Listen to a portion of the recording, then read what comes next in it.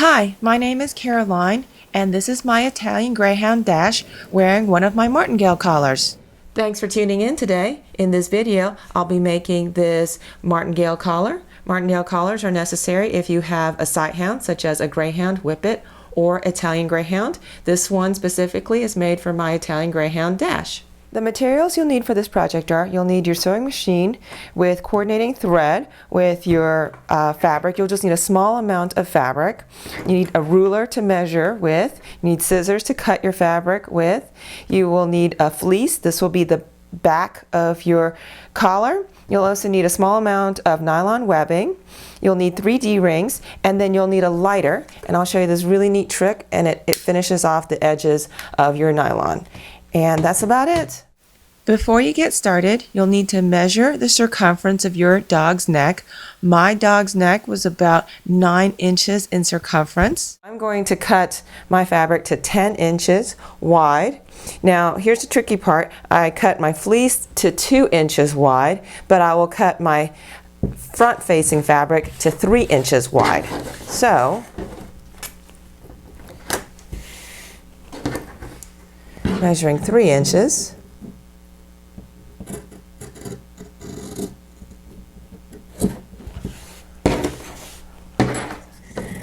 I am cutting my front-facing fabric 3 inches wide. I'm now cutting my nylon. I'm going to cut two 2-inch pieces.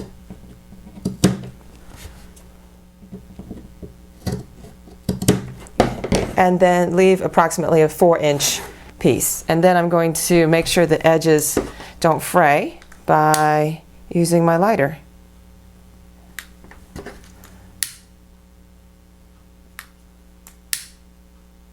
This is the most exciting part of this project. This is so easy to do. So now we're ready to sew. This is really an easy sewing project. We face right sides together and we line up one side, long side with the other, and we're just going to stitch all the way down. One straight stitch all the way down. I'm going to use about a 3/8 inch seam allowance here, and don't worry about back stitching. We'll finish off the sides later on.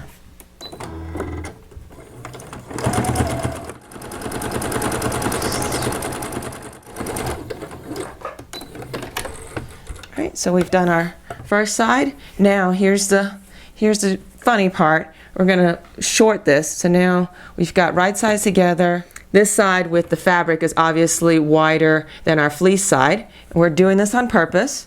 Now we're going to line them up. So there's going to be a little, I guess, a little pocket here where it doesn't match up perfectly, and we're doing this on purpose. So let's line up the 2 long edges together, and we're just going to sew another line right down the edge. Same seam allowance, 3/8 inch seam allowance. But this is really easy to sew. It's just a straight line all the way down. All right, so now we've done that. So that was really easy. I'm going to cut off all my extra ends here.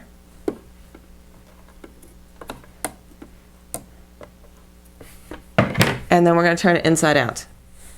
So I'm using this beige, whitish fleece because my dog has white fur, so I found it's better to use lighter colors where his fur is going to shed on himself. So now that I've turned this, we're going to now flatten this out a little bit, but the idea is so that you can see the good fabric slightly on the back of the collar, and that way when you're looking at the top of it when your dog is wearing it, you just really see the good fabric and you see less of the fleece. So in this step, I turn the sides in on both sides. There you see me tucking in the unfinished sides. Then I take my 2-inch nylon pieces, I insert my D-ring, then I fold it in half and I insert into one of the short ends of my dog collar. Next, you'll see me pin this in place. Now I will repeat this step for the other side. I'm making sure my unfinished ends are tucked in. I take my 2-inch piece of nylon. Once again, I put my flat side of my D-ring inside my 2-inch piece. I fold it in half. I'm inserting it into the other short end of my collar, and then I will pin it in place. Now I am top stitching my collar all the way around. As you can see, I'm first start on the long side.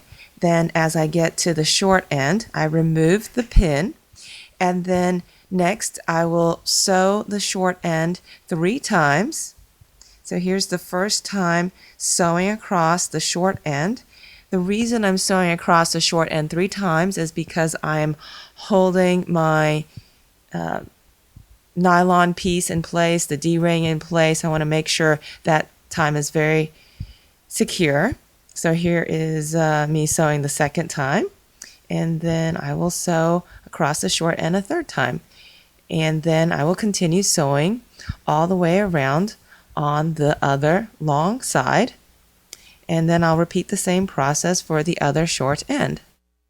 Now I'm finishing up sewing all the way around, and voila, you will now see the front of the collar. Wasn't that easy? For my final step, I will put this all together. Now this is the 4-inch piece of my nylon webbing. I'm going to insert it into both ends of the collar, and then the idea is that I'll attach this last and third D-ring, and then I'm going to sew right here, sew it in place, and that will be my martingale collar. So I'm just going to line this up the way I want to sew it. Now a lot of people want to sew like this. This is really hard because your sewing machine isn't built that way. I'm going to sew all the way across, and I try to sew as close to this flat side of the D-ring as I can. And I'll sew this several times to hold it in place.